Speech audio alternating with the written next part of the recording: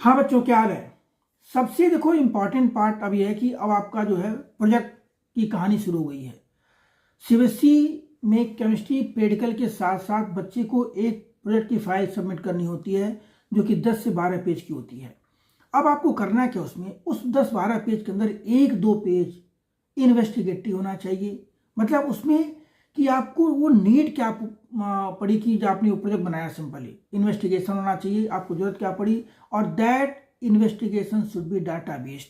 ठीक है, ये होने के बाद फिर आपको क्या कहते हैं कि उसमें कंटेंट कितना लिखना है वो आपको बता रहे हैं यहाँ पर। ये तो हमारा जो है ना, जो टॉपिक है वो क्या है यहाँ पर, एंटासिड। ठीक है, topic to determine which antacid could neutralise the most stomach acid. ठीक है, एंटा एसिड आपको क्या करना है इसके अंदर, हम इसके किस पे बना रहे हैं, तो हमारा प्रोजेक्ट का टॉपिक क्या है, एंटा एसिड। ठीक है, एंटा एसिड क्या होता है भाई, chemical substance which neutralise excess of HCl produced in stomach. ठीक है, देखो तो एंटा एसिड हो गया आपका। यहाँ पर देखो भाई क्या आपको नाम लिखना है, क्लास है, सेक्शन है, रोल नंबर है, इसको सब आपको लिखना पड़ेगा इसके अंदर। फिर एक्नॉलेजमेंट लिखना है इसके अंदर क्या लिखना बेटा, एक्नॉलेजमेंट। वही देखो, और फिर आप आओगे यहाँ पर, I am grateful to respect principal for this appreciation on this project, इस आप लिख सकते हो उसके अंदर। फिर आपका देखो यहाँ पर सिग्नेचर है, और फिर एक सर्टिफिकेट है, this is to certify that class 12C has prepared. अब जो यहाँ पर अपना नाम लिखोगे, ये सारे के सारे पता कि एक फॉर्मेलिटीज है, आपको करना पड़ेगा।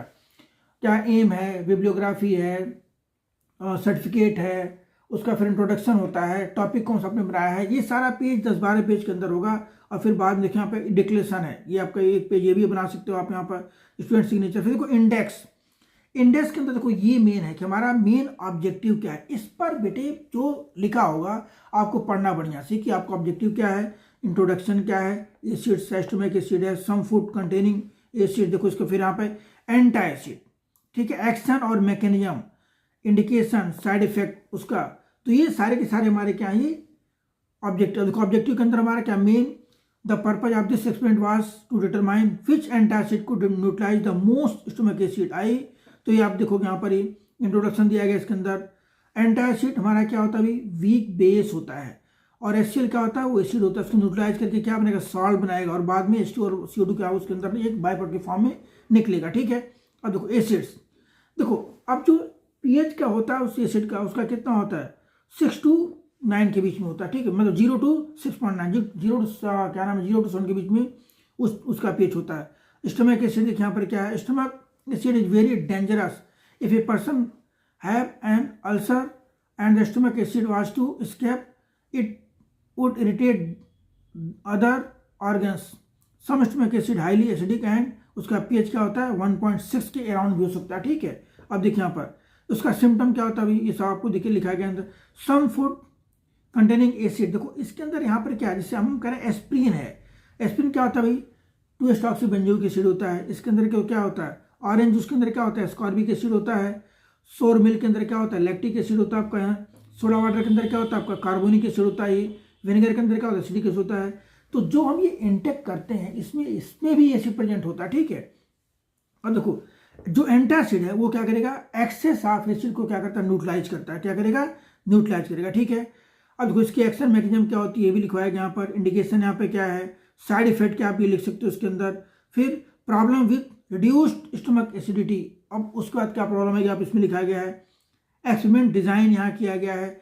Type of acid, consistency of procedure, ये सब देख सकते हो यहाँ पर। ये मटेरियल रिक्वायर्ड, हम वहाँ पर जो कहते हैं एस्टिमेशन करेंगे। ठीक है, उसके मटेरियल क्या क्या चाहिए, burette, pipette, titration flask, measuring flask, beaker, weighing machine.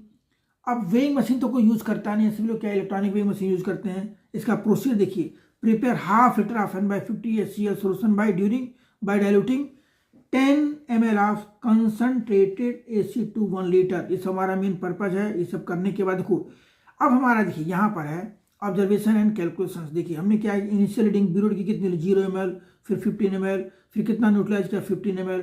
तो इस साइड हमने 2-3 कॉन्कॉर्डेंट रीडिंग ली। फिर बाद में क्या किया गया, हमने इसका न्यूट्रलाइजेशन रिएक्शन लिखी, कौन सी भाई, N1 = N2V2। और फिर आपका देखो ये सारी क्या है, these are investigatory information, value based database information आपकी यही है, इनको आपको करना है। और फिर बाद में फाइनली आप क्या कर सकते हो कि बिब्लियोग्राफी की आपने हेल्प कहाँ कहाँ से ली, Wikipedia, NCERT books, digestive care book. अब भाई ये तो वाटसन, मतलब जो भी बुक आपने कही वो आप कर सकते हो। और फिर बाद में लिखोगे थैंक्स एंड रिगार्ड सिंपल। तो ये आपका प्रोजेक्ट था किस पर, एंटा एसिड पर। ठीक है, चलिए बेटा, ऑल द बेस्ट। ठीक है।